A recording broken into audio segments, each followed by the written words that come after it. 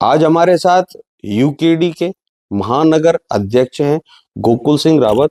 उनके साथ कुछ विशेष बात करेंगे, कुछ विशेष मुद्दों को लेकर।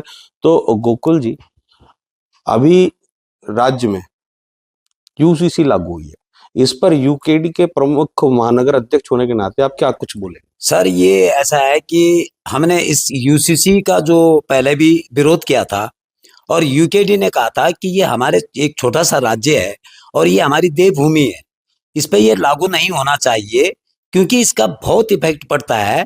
और यहाँ पर हमारी जो देवभूमि है, यहाँ पर तीर्थ स्थान है और ये इस पे लागू नहीं होना चाहिए। इसके बारे में तो बहुत बड़ी वो टिप्पणी होती है, लेकिन हमने ये भी कहा था कि इसको आपने उत्तराखंड को हमारे जो है एक पाठशाला बना दिया है। ये रणनीति अब हमारा उत्तराखंड का जो मूल निवासी है, यहाँ के जो लोग हैं, उत्तराखंड के जो लोग हैं, वो इसको बर्दाश्त नहीं करेगा। इसके लिए हम अभी एक आक्रोश रैली भी निकालेंगे और ये ऐसा तांडव होगा कि हम तो मांग रहे थे भू कानून, हम मांग रहे थे मूल निवास, और इन्होंने यूसीसी हमारे ऊपर थोप दिया। हुए हैं, नतीजे भी आ चुके हैं।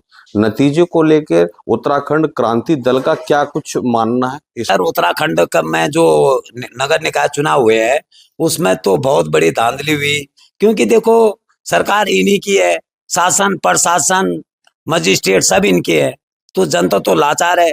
गरीब आदमी अगर कोई चुनाव में उठता है तो उसको तो वैसे ही डरा धमका के बिठा दिया जाता है। अभी ऋषिकेश से पूरे देश के अंदर ऋषिकेश में एक ऐसा चुनाव हुआ, एक गरीब आदमी मेयर के लिए खड़ा हुआ, मास्टर जी।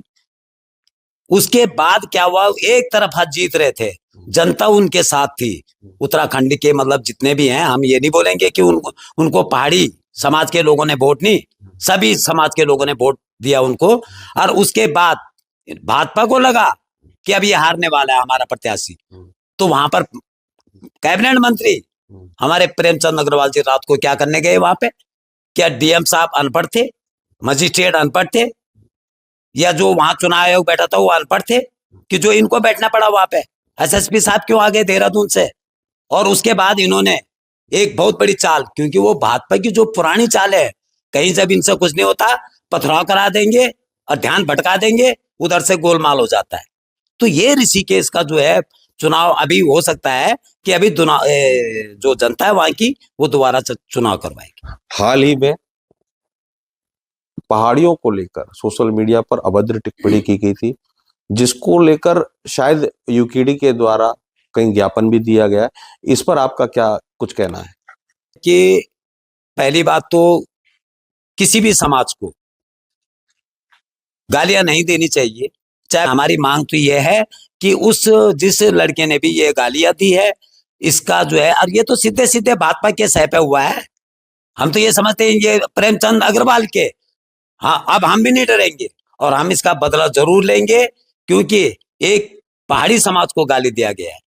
अगर किसी और समाज को गाली दिया होता, हम उसके साथ भी खड़े होते। एक आखिरी सवाल लूंगा, मौजूदा जनपद की कानून व्यवस्था पर उत्तराखंड क्रांति दल क्या कुछ कहना चाहेगा? कानून व्यवस्था तो यहाँ चरमरा रखी है। कानून व्यवस्था के नाम पे तो हर जगह शराब, हर जगह स्मैक। आज देवभूमि में, ये देवभूमि है और यहाँ पर शराब स्मैक, मतलब ये तो पंजाब को भी फेल कर दिया इन्होंने।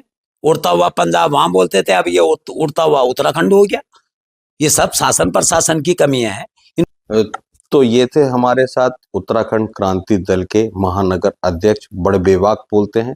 दैनिक भास्कर से प्रदीप सिंह यादव की रिपोर्ट, जौली के साथ।